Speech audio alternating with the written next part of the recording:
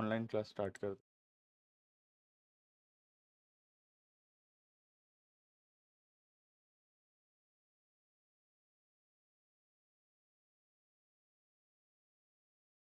Online students check your audio and video.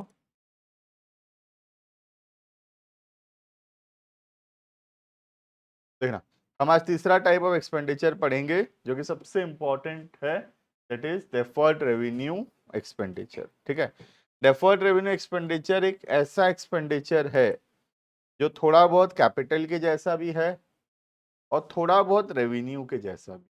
ठीक है, capital का नेचर क्या है? बड़ा अमाउंट का खर्चा होता है, ज्यादा ह्यूज अमाउंट, जैसे एसी खरीदना, कंप्यूटर खरीदना, फर्नीचर खरीदना, ये सब थोड़ा अमाउंट इसका ज्यादा है। सैलरी देना, इलेक्ट्रिसिटी बिल भरना, अमाउंट कम है ना। तो कैपिटल एक्सपेंडिचर का अमाउंट ज्यादा होता है, एक बार करते हैं खर्चा, सालों साल तक बेनिफिट्स मिलता रहता है, right. Capital expenditure complete. Next, revenue छोटा अमाउंट का होता है, ज्यादा बड़ा अमाउंट का नहीं होता जनरली, लेकिन बार बार करना पड़ता है, हर महीना हर दिन खर्चा करना पड़ता है, राइट।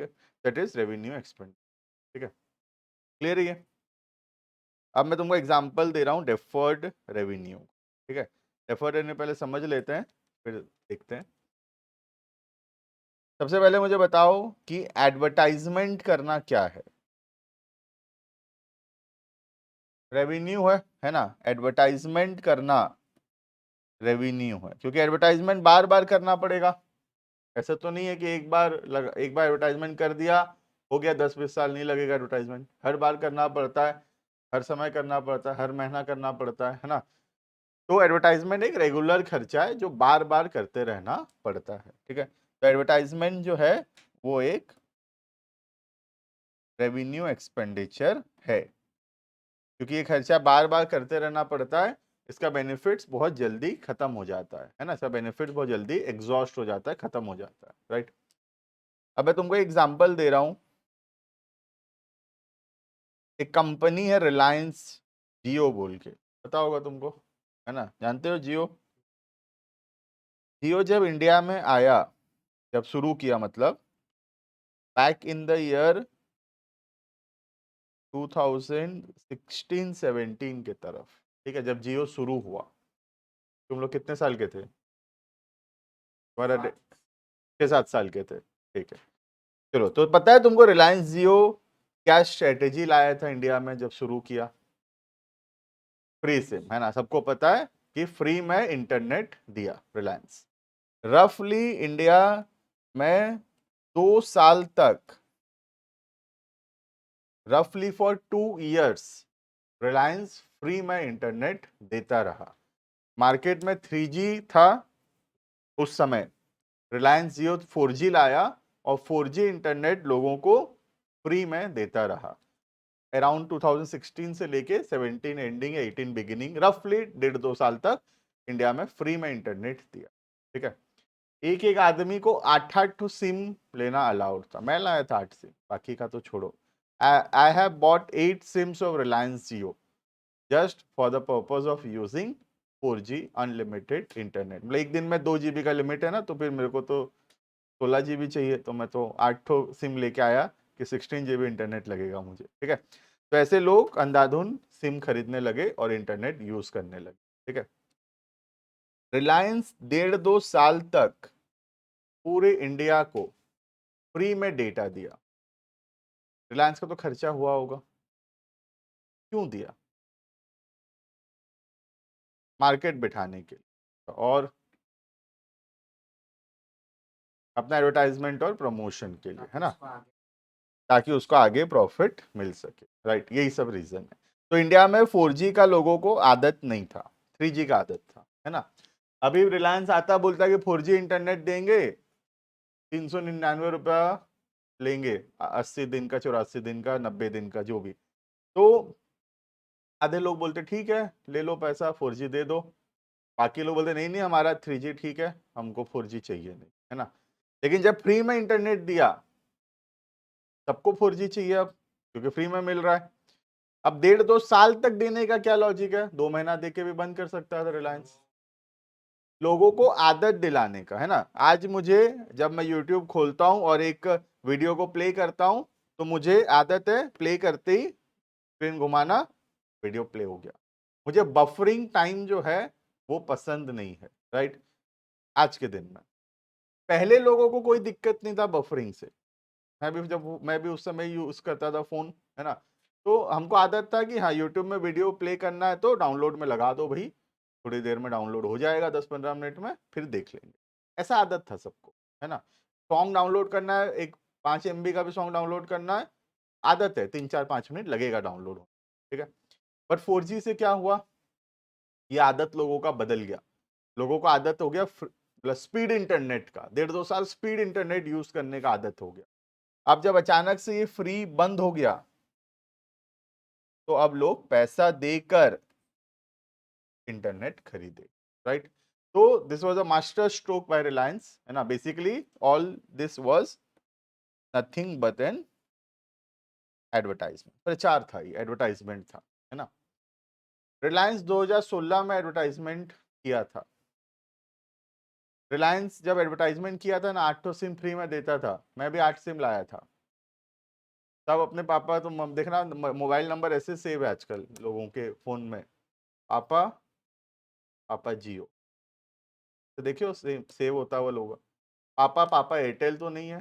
तो जो जियो कितना, मतलब कितना घुस गया था लोगों के मोबाइल में, सबके पास एक जियो सिम होता था कंपलसरीली, इसलिए लोगों का नंबर ऐसे सेव होने लगा, पापा पापा जियो। अब जब पापा जियो 1.5 साल 2 साल तक उस फोन को यूज कर लिए, उस सिम को यूज कर लिए, लोगों को फ्री में कॉल भी था, कॉल भी फ्री था, है ना।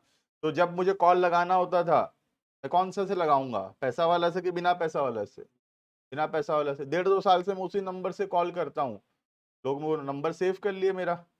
अब मैं वो नंबर भी बदलना नहीं चाहता, मुझे स्पीड इंटरनेट का भी आदत है। कुछ लोग पोर्ट करा लेंगे, वो अलग बात है, but majority of the people Reliance में रह जाएंगे। जैसे मेरे पास भी एक सिम जो है, मेरा सेकेंड सिम जो है, वो उसी समय लिया गया सिम है, और वो आज तक जियो है, आज तक मैं रिचार्ज करता हूँ, आज तक रिलायंस को मैं पैसा देता हूँ, राइट।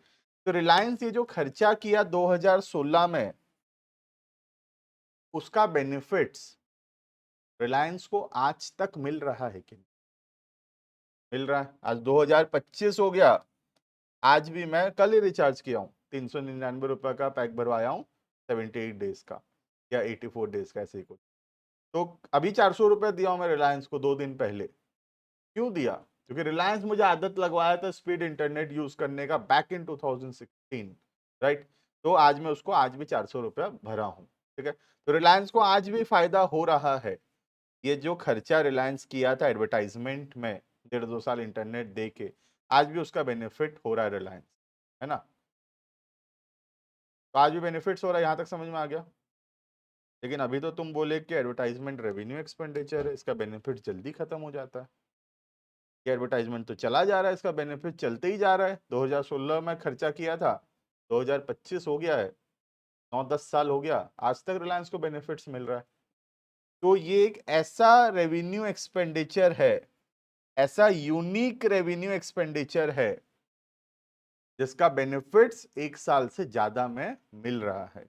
ऐसे यूनिक रेवेन्यू को बोलेंगे डेफर्ड रेवेन्यू।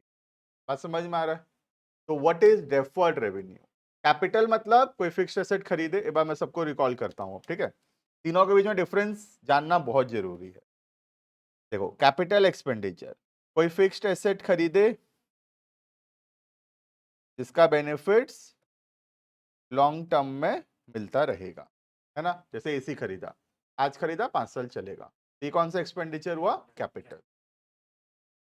दूसरा है रेवेन्यू एक्सपेंडिचर, खर्चा किया, कोई फिक्स्ड एसेट नहीं खरीदा, खर्चा हुआ जिसका बेनिफिट्स शॉर्ट टर्म में मिलता रहेगा, बार बार खर्चा करना पड़ेगा, ये क्या है? रेवेन्यू। और तीसरा एक और है, वो है डेफर्ड रेवेन्यू, जिसमें कोई एसेट क्रिएट नहीं हुआ, कोई फिक्स्ड एसेट नहीं खरीदे हम, लेकिन बेनिफिट्स लॉन्ग टर्म है, शॉर्ट टर्म नहीं है, इस बार बेनिफिट्स लॉन्ग टर्म। तो डेफर्ड रेवेन्यू में दोनों का फीचर है, रेवेन्यू का भी फीचर है और कैपिटल का भी फीचर। रेवेन्यू का क्या फीचर है? क्योंकि एडवर्टाइजमेंट रेवेन्यू होता है, ये खर्चा रेवेन्यू है, डे टू डे खर्चा है, बार बार करना पड़ता है, तो एडवर्टाइजमेंट है रेवेन्यू ही। लेकिन एक ऐसा एडवर्टाइजमेंट का खर्चा है जिसका बेनिफिट्स एक साल से ज्यादा में मिलेगा, तो एक साल से ज्यादा, इसका फीचर थोड़ा सा कैपिटल के जैसा भी है, तो ऐसे को बोलते हैं डेफर्ड रेवेन्यू। बात समझ में आ रहा है? तो there are three types of expenditure. एक, कोई फिक्स्ड एसेट खरीदना जो सालों साल तक फायदा देगा, कैपिटल एक्सपेंड। दूसरा, नॉर्मल डे टू डे खर्चा करना, जो खर्चा बार बार करते रहना पड़ता है और उसका बेनिफिट जल्दी खत्म हो जाता है, बार बार खर्चा करते रहना पड़ता है, जैसे एडवर्टाइजमेंट, रेंट, सैलरी, इलेक्ट्रिसिटी, ये हो गया रेवेन्यू एक्सपेंडिचर, रिपेयर, ठीक है। और लास्ट हो गया डेफर्ड रेवेन्यू, जहाँ पे कोई फिक्स एसेट नहीं खरीदे, खर्चा करते रहना पड़ता है, लेकिन ऐसा खर्चा है जिसका बेनिफिट्स शॉर्ट टर्म नहीं है, ये बेनिफिट्स लॉन्ग टर्म है। एडवर्टाइजमेंट इसका एक लौता एग्जाम्पल है। लार्ज एडवर्टाइजमेंट या हेवी एडवर्टाइजमेंट का खर्चा एक ही एग्जाम्पल है अभी के लिए। 12th क्लास में और भी एक दो एग्जाम्पल होगा, लेकिन अभी के लिए एक ही एग्जाम्पल है, सोचो, हेवी एडवर्टाइजमेंट। याद रहेगा ये कहानी जियो का, ठीक है। जियो का कहानी से याद आएगा हमेशा डेफर्ड रेवेन्यू क्या होता है, क्लियर। तो डेफर्ड रेवेन्यू एक ऐसा रेवेन्यू एक्सपेंडिचर है जिसका बेनिफिट्स लॉन्ग टर्म में है। नॉर्मली रेवेन्यू एक्सपेंडिचर का बेनिफिट शॉर्ट टर्म होता है, बट डेफर्ड रेवेन्यू एक ऐसा रेवेन्यू एक्सपेंडिचर है जिसका बेनिफिट्स लॉन्ग टर्म में है। तो एक स्पेशल टाइप ऑफ रेवेन्यू है जिसका नाम है डेफर्ड रेवेन्यू। क्लियर है? लिखना पॉइंट नंबर 3, हेडिंग।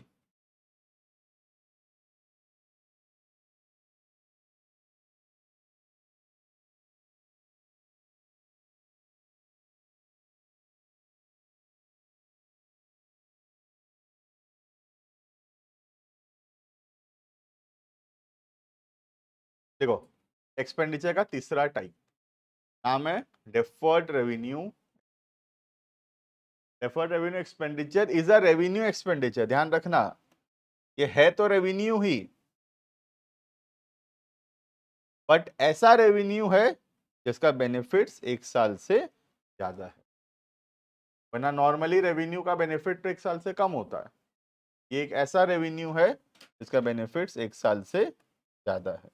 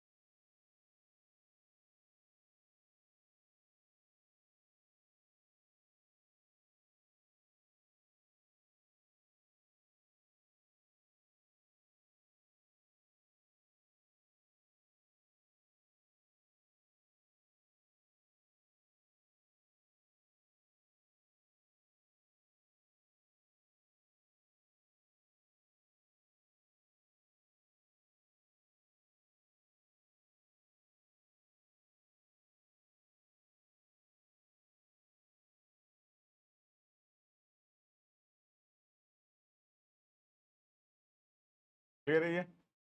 तो deferred revenue is the revenue expenditure, ठीक है, तो है रेवेन्यू लेकिन बेनिफिट्स एक साल से ज्यादा है, लेकिन रेवेन्यू का तो बेनिफिट एक साल से कम होता है, तो एक ऐसा यूनिक रेवेन्यू एक्सपेंडिचर है जिसका बेनिफिट्स एक साल से ज्यादा है, इसलिए इसका नाम डेफर्ड रेवेन्यू।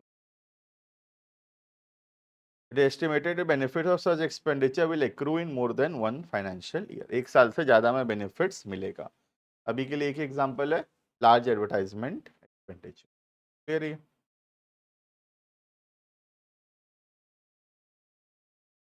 क्लियर इतना? नेक्स्ट एक चीज़ और बता दूं, हम लोग ना समर वेकेशन देंगे, 12th वालों को भी दे रहे हैं, 11th को भी देंगे, तो इसीलिए भी मैं बाकी सब्जेक्ट स्टार्ट नहीं करवाया था। छुट्टी होगा, ठीक है, 28 से 20, बाकी समर में और छुट्टी नहीं होता है, समर में पूरा क्लासेस रहता है, ठीक है। सिर्फ ये स्टार्टिंग में समर में छुट्टी देते हैं 28 से लेके 6 तारीख तक, तो ये 7-8 दिन समर्स के लिए छुट्टी है। उसके बाद फिर 6 से पूरा मई जून पूरा हम पढ़ेंगे, ठीक है, छुट्टी नहीं करेंगे। हाँ, 7 से 6 तक छुट्टी है, 7 से हम लोग पढ़ेंगे, ठीक है। तो इसीलिए भी मैं अदर सब्जेक्ट स्टार्ट नहीं किया था, ठीक है। नेक्स्ट वीक में देख लेंगे, अगर एक एक क्लास हो पाएगा तो बाकी सब्जेक्ट्स का स्टार्ट कर देंगे, और एल्स फिर यहाँ पे शुरू करेंगे बाकी सब, ठीक है, क्योंकि अभी फिर एक ही वीक है, फिर बंद हो जाएगा क्लास, ठीक है। तो जिसको भी कहीं बाहर बाहर जाना है, प्लान करना है, इफ़ तो जैसे घर वर भी जाना है, तो you can go in this period, ठीक है। बाकी टाइम में फिर क्लासेस स्टार्ट हो जाएगा, ठीक है। तो इसको छोड़ो, अब आगे बढ़ते हैं। तो ये गया पॉइंट नंबर 3, टॉपिक था डेफर्ड रेवेन्यू एक्सपेंडिचर, ठीक है। अब छोटे मोटे पॉइंट्स बचे जो कि बहुत इजी भी है, ठीक है। हेडिंग करेंगे नेक्स्ट। रिसिट्स नहीं पढ़ेंगे क्या? आप fictitious पढ़ेंगे, वो तो पढ़ेंगे, रिसिट्स नहीं पढ़े तो पहले रिसिट्स पढ़ेंगे। हेडिंग करना रिसिट्स। पॉइंट नंबर होगा आई थिंक 16, है ना। ये 15 पढ़ लिए थे पहले, हाँ हाँ, इसको 15 किया भी था मैं, पहले 15 पढ़े थे। Now make a point number 16।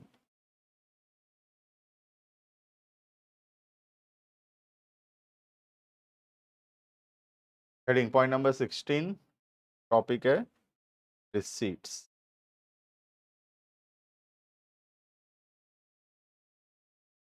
Receipts का मतलब पैसा मिलना, पैसा आना। जैसे एक्सपेंडिचर का मतलब खर्चा होना, पैसा जाना, वैसे रिसीट्स का मतलब पैसा आना, राइट। अब रिसीट्स जो है वो दो टाइप के होते हैं। ये जो रिसीट्स है ये दो टाइप का है। एक है रेवेन्यू रिसीट और दूसरा है कैपिटल रिसीट, ठीक है। रेवेन्यू कैपिटल क्या होता है देखना, जैसे कि इंस्टीट्यूशन के एग्जांपल लेते हैं, ठीक है। मुझे कहाँ कहाँ से पैसा आ सकता है बताओ? सबसे कॉमन फी, ठीक है, और बुक्स भी बेच सकता हूँ, चलो मैं बुक भी बेच दिया, ठीक है। और कहाँ से पैसा आएगा बताओ? ऑनलाइन कोर्सेज, हाँ चलो फी में आ गया, ऑनलाइन कोर्सेज, ऑफलाइन ऑनलाइन दोनों में फी आ रहा है, ठीक है। और कहाँ से पैसा आएगा? तो चलो ये कंप्यूटर पुराना हो गया, इसको बेच दूंगा तो पैसा आएगा कि नहीं आएगा? आएगा। Sale of AC computer furniture, है ना, सेल ऑफ फिक्स्ड एसेट मतलब बेसिकली। तो ये सब करके मुझे पैसा आएगा, तो ये सब जो पैसा आएगा इसको अकाउंट्स के लैंग्वेज में रिसीट्स बोलते हैं, पैसा आना, ठीक है। अब इसमें से कौन सा पैसा जो है वो रेगुलरली आएगा, हर साल आएगा? फी एंड बुक से पैसा ये रेगुलरली आता रहेगा, है ना। ये मेरा मेन काम ही ये है, ये मेरा मेन बिजनेस है, यही मेरा मेन काम है। इसको करके जो पैसा आएगा उसको बोलते हैं रेवेन्यू रिसीट। मतलब मैं जो सर्विस दे रहा हूं पढ़ाना, उससे जो फी आएगा, या जो बुक्स में बेचूंगा उससे जो पैसा आएगा, ये सब रेगुलरली आएगा, हर साल आएगा ये, है ना। ये मेरा मेन काम है, ये मेरा मेन पर्पस है, इसी के लिए मैं पढ़ा रहा हूं, तो ये सब रेवेन्यू रिसीट है, राइट। और ये जो कंप्यूटर बेचना, एसी बेचना, फर्नीचर बेचना, क्या ये हर साल पैसा आएगा? नहीं। कहाँ सर, एसी हर साल थोड़ी बेचूंगा, एक खरीदा लगाया 5-10 साल चलाऊंगा, खराब हो गया तो बेच दूंगा। कंप्यूटर 6 साल हो गया, कोई प्रॉब्लम नहीं कर रहा, 2-4 साल और चल जाएगा, 10 साल बाद बेचूंगा। तो ये कभी कभार होगा, ये मेरा मेन काम नहीं है, ये मेरा मेन बिजनेस नहीं है, ये पैसा कभी कभार आएगा, सबको बोलेंगे कैपिटल। समझ में आ रहा है? तो रेवेन्यू रिसीट मतलब जो मेरा मेन पर्पस है, जो मेरा मेन काम है, उसको करके जो पैसा आ रहा है regularly, that is revenue receipts. और कैपिटल रिसीट मतलब ये मेरा मेन काम नहीं है, मेरा बिजनेस नहीं है, ठीक है। ये कोई एसेट को बेच के या कहीं से पैसा लोन वोन लेके जो पैसा आ रहा है, ये सब है कैपिटल रिसीट, राइट। जैसे तुम्हारे दुकान में कस्टमर आया, सामान बेचिए, पैसा आया, ये कौन सा रिसीट है? रेवेन्यू सेल ऑफ गुड्स, है ना, सेल ऑफ गुड्स करके जो पैसा आ रहा है वो रेवेन्यू रिसीट है, राइट। तुम्हारी दुकान का एक फर्नीचर खराब हो गया, उसको बेच दिए, पैसा आया, कौन सा रिसीट है? Capital receipt. बात समझ में आ रहा है? लिखेंगे, हेडिंग है रिसीट्स। रिसीट्स का मतलब पैसा आना है। सीधा टाइप्स लिखेंगे, revenue receipt and capital receipt.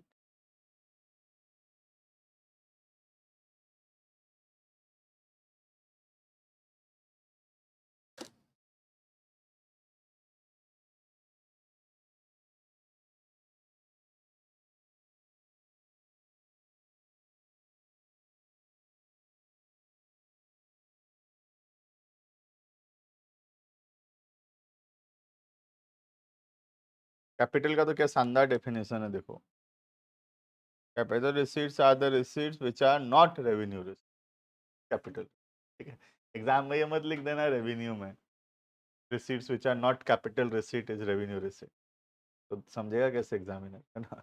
एक तो समझाना पड़ेगा, कौन सा समझाएंगे हम? रेवेन्यू समझाएंगे, ठीक है। कैपिटल जो रेवेन्यू नहीं है सब कैपिटल है।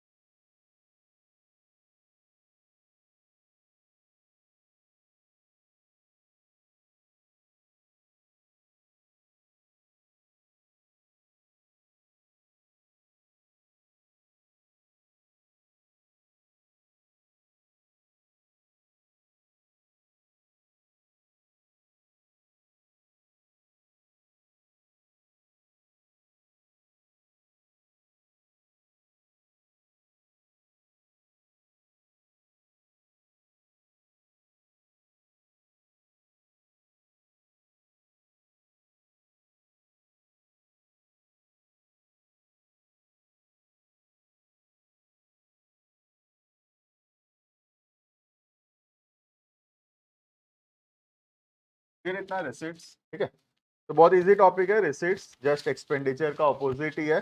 एक्सपेंडिचर का मतलब वही पैसा जाना, और रिसीट्स का मतलब पैसा आना, ठीक है। क्या चीज़ से पैसा आ रहा है? अगर सेल ऑफ गुड्स या सर्विस करके पैसा आ रहा है तो वो रेवेन्यू रिसीट है। अगर कोई फिक्स्ड एसेट को बेच के पैसा आ रहा है, जो हमारा मेन काम नहीं है, रोज का काम नहीं है, वो सब कैपिटल रिसीट होगा। क्लियर है? तो अब बहुत इजी इजी टॉपिक्स बचे हैं, जो मेन मेन डिफिकल्ट डिफिकल्ट चीज़ें थे हम ऑलरेडी पढ़ लिए इस चैप्टर में, ठीक है। नेक्स्ट हेडिंग करना स्टॉक या इन्वेंट्री।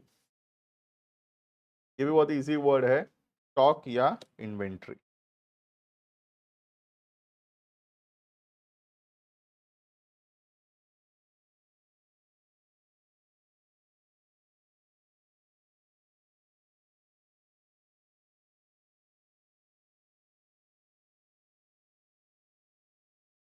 है ना। तो स्टॉक या इन्वेंट्री जो है, इसका और एक वर्ड गुड्स भी है। हम पढ़े थे गुड्स, याद है? गुड्स क्या होता है? वो सामान जो हम खरीदते हैं आगे बेचने के लिए, ठीक है, वो सब गुड्स है। जैसे एग्जांपल, जैसे सोच लो एक इलेक्ट्रॉनिक्स का दुकान है, ठीक है। अब इलेक्ट्रॉनिक्स का दुकान वाला सोच लो कंप्यूटर खरीद रहा है, ठीक है। तो कंप्यूटर क्या है? कंप्यूटर उसके लिए गुड्स है ना, क्योंकि वो गुड्स, वो कंप्यूटर खरीदा है आगे बेचने के लिए, राइट। जब बहुत सारा गुड्स है, जब दुकान में बहुत सारा वैरायटी ऑफ गुड्स है, जैसे computer, AC, fridge, TV, washing machine, सब कुछ रखा है, वो सारा चीज गुड्स है। ये सारे गुड्स को कंबाइंडली कॉल्ड एज स्टॉक। सुने भी होगा दुकान में, इतना रुपए का स्टॉक है दुकान में, मतलब इतना रुपए का गुड्स रखे हैं जो आगे बेचेंगे पैसा आएगा, ठीक है। तो स्टॉक या इन्वेंट्री, इन्वेंट्री शायद नहीं सुने होगा आई थिंक, स्टॉक तो जरूर सुने होंगे, है ना, दुकान में बैठते हो स्टॉक तो जानते हो।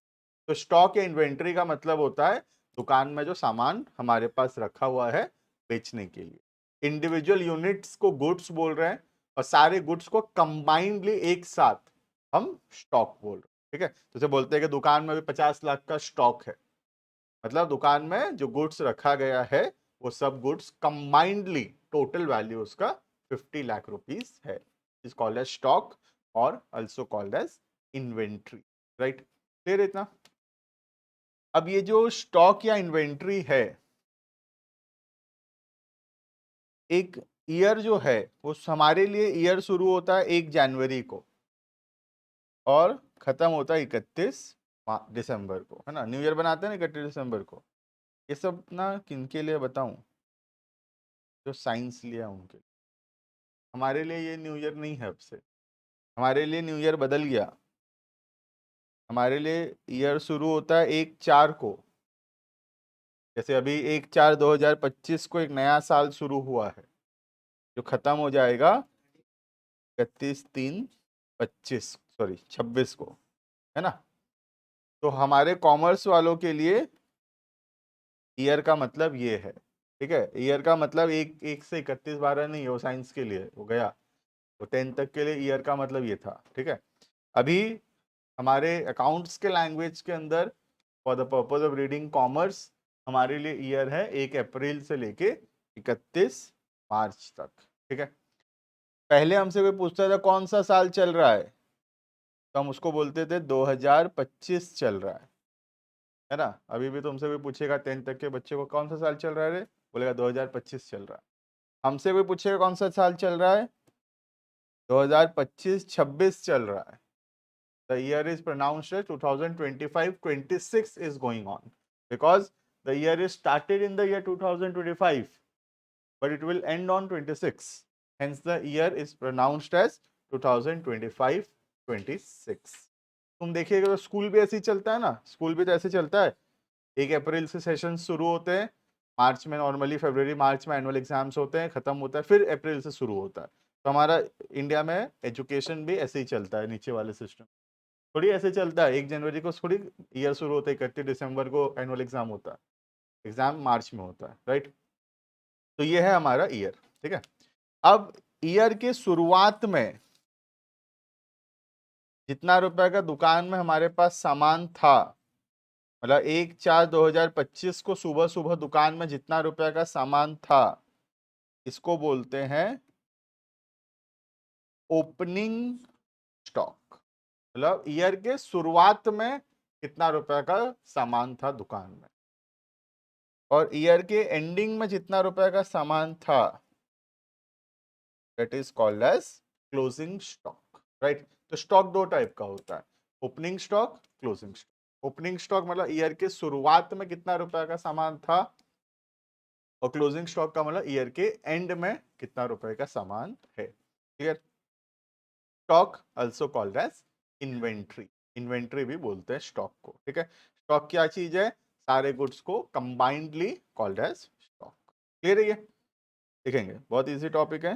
हेडिंग स्टॉक या इन्वेंट्री, बिना पढ़ाए भी हमको पता होता है व्हाट इज स्टॉक। दुकान में सुनते हैं हम लोग स्टॉक स्टॉक ये वर्ड।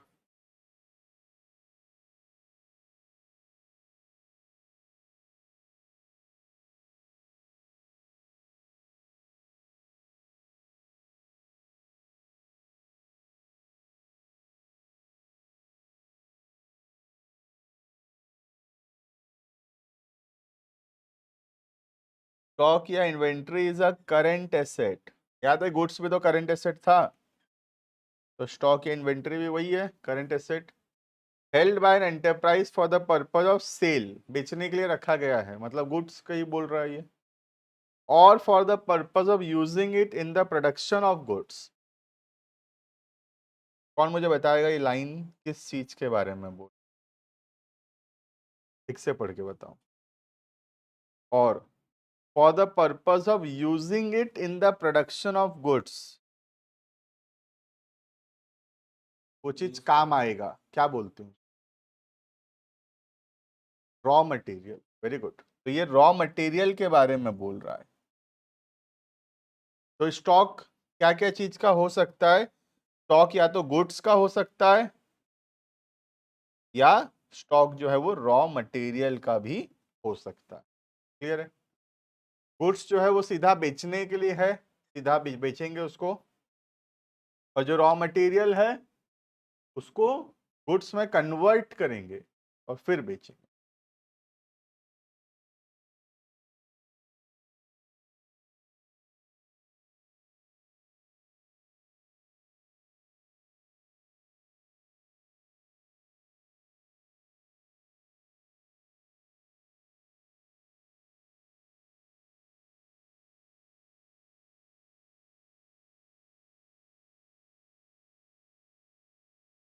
स्टॉक में भी ओपनिंग स्टॉक या क्लोजिंग स्टॉक, ओपनिंग वाला ईयर के शुरुआत में जो स्टॉक है, क्लोजिंग स्टॉक वाला ईयर के एंड में जो स्टॉक है।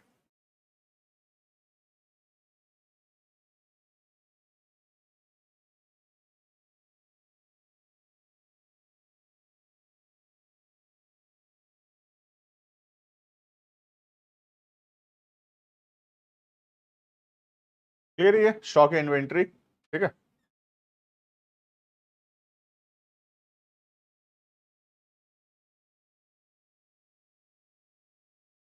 सब लिख लिए, क्या आगे। नेक्स्ट दो वर्ड है जो एक जैसा है, एक है इनसॉल्वेंट और दूसरा है सॉल्वेंट, ठीक है। दोनों का मीनिंग देखते हैं अभी हम लोग, देखना। एक पर्सन को सॉल्वेंट या इंसॉल्वेंट बोलते हैं, या एक बिजनेस को सॉल्वेंट या इंसॉल्वेंट बोलते हैं, ठीक है। कब उसको सॉल्वेंट बोलते हैं और कब उसको इंसॉल्वेंट बोलते हैं, ठीक है। जैसे सपोज मेरे पास एसेट्स है, मेरे पास संपत्ति है 10 लाख रुपए का, मेरे पास जो भी जमीन बिल्डिंग जो कुछ है सब मिला के 10 लाख का है, ठीक है। और मेरे सर पे उधारी है, मतलब क्या बोलते हैं उसको अकाउंट्स में, लाइबिलिटी 8 लाख का है। तो बताओ मैं अपना उधारी चुका पाऊंगा कि नहीं, आराम से चुका दूंगा, 10 लाख रखा हूं, सिंपल सा बात है, सोच लो पॉकेट में 10 लाख रुपए रखा हूं और 8 लाख रुपए देना है, दे पाऊंगा कि नहीं, 8 लाख दे दूंगा आराम से। तो जो पर्सन अपने लाइबिलिटीज का पेमेंट कर सकेगा, ऐसे पर्सन या ऐसे बिजनेस को बोलते हैं सॉल्वेंट। सॉल्वेंट मतलब एक ऐसा पर्सन या एक ऐसा बिजनेस जो अपने लाइबिलिटीज का पेमेंट कर सकेगा, राइट।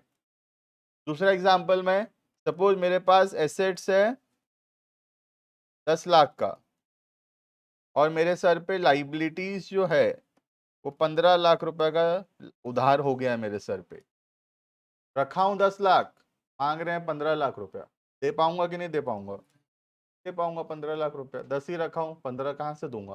तो ऐसे पर्सन को बोलते हैं इंसॉल्वेंट। क्या समझ में आ रहा है? विजय माल्या क्या हो गया था? इंसॉल्वेंट हो गया। मतलब का जो किंगफिशर मतलब विजय माल्या इंसॉल्वेंट नहीं हुआ, किंगफिशर जो ब्रांड है वो इंसॉल्वेंट हो गया था। कैसे इंसॉल्वेंट हुआ? इंसॉल्वेंट का मतलब है किंगफिशर के नाम पे जितने संपत्ति था उससे ज्यादा उसके लोन्स थे। जैसे 7,000 करोड़ का एसेट्स था, ठीक है, और जो लोन था वो 15,000 करोड़ का। तो किंगफिशर अपना लोन नहीं चुका पाएगा। 7,000 करोड़ रुपया रखा है, बैंकों से 15,000 करोड़ रुपया देना बाकी है। तो किंगफिशर वॉज डिक्लेयर इंसॉल्वेंट, मतलब किंगफिशर दिवालिया हो गया। दिवालिया बोलते हैं हिंदी में। दिवालिया का मतलब जो अपना लाइबिलिटी का पेमेंट और नहीं कर सके। क्लियर है? भागना पड़ेगा। बरगढ़ में भागने का बहुत एग्जाम, तो उसमें से जैसे इंसॉल्वेंट हो जाने से भाग जाते हैं। जो बरगढ़ के थोड़े वो जानते होंगे तो, ठीक है, तो भाग जाते हैं। तो भाग जाने वाले क्या है? इंसॉल्वेंट है, दिवालिया है, उन लोग के पास पैसा नहीं है देने के लिए, तो भाग गए वो। राइट? क्लियर है? ये देखेंगे फटाफट से इंसॉल्वेंट सॉल्वेंट।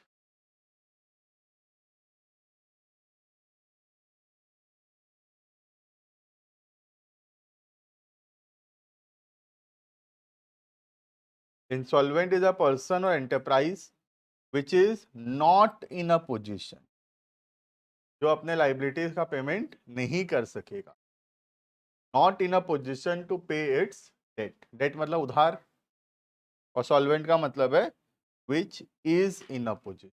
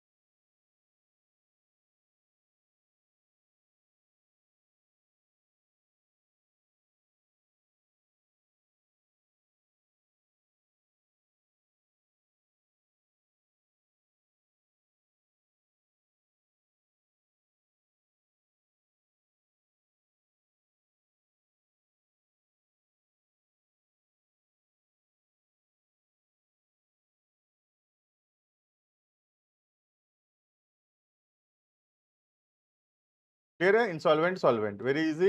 इंसॉल्वेंट जो नहीं पे कर सकेगा अपना लाइबिलिटीज, और सॉल्वेंट का मतलब जो पे कर सकेगा। क्लियर है? तो इतना में हम रुकेंगे इंसॉल्वेंट एंड सॉल्वेंट में। और कुछ टॉपिक्स बचे हैं, एक क्लास और लगेगा, चैप्टर कंप्लीट हो जाएगा। ठीक है, हम आज की क्लास में पढ़े टाइप्स ऑफ एक्सपेंडिचर का तीसरा, डेफर्ड रेवेन्यू एक्सपेंडिचर। इसका मतलब था वो रेवेन्यू एक्सपेंडिचर जो सालों साल तक बेनिफिट्स देगा। एग्जांपल था रिलायंस जियो का लार्ज एडवर्टाइजमेंट एक्सपेंडिचर। ठीक है, फिर हम पढ़े स्टॉक या इन्वेंट्री। इसका मतलब था दुकान में रखा हुआ जो गुड्स है या रॉ मटेरियल है, सबको मिला के बोलते हैं स्टॉक या इन्वेंट्री। दो टाइप का होता है, ओपनिंग स्टॉक और एक क्लोजिंग स्टॉक। राइट? उसके बाद आता है word solvent and insolvent. Insolvent मतलब वो आदमी जो पे नहीं कर सकेगा अपने डेट्स को, और सॉल्वेंट का मतलब जो पे कर सकेगा अपने डेट्स को। क्लियर है? बस इतना में रुकेंगे, बाकी next class. Online students can also leave.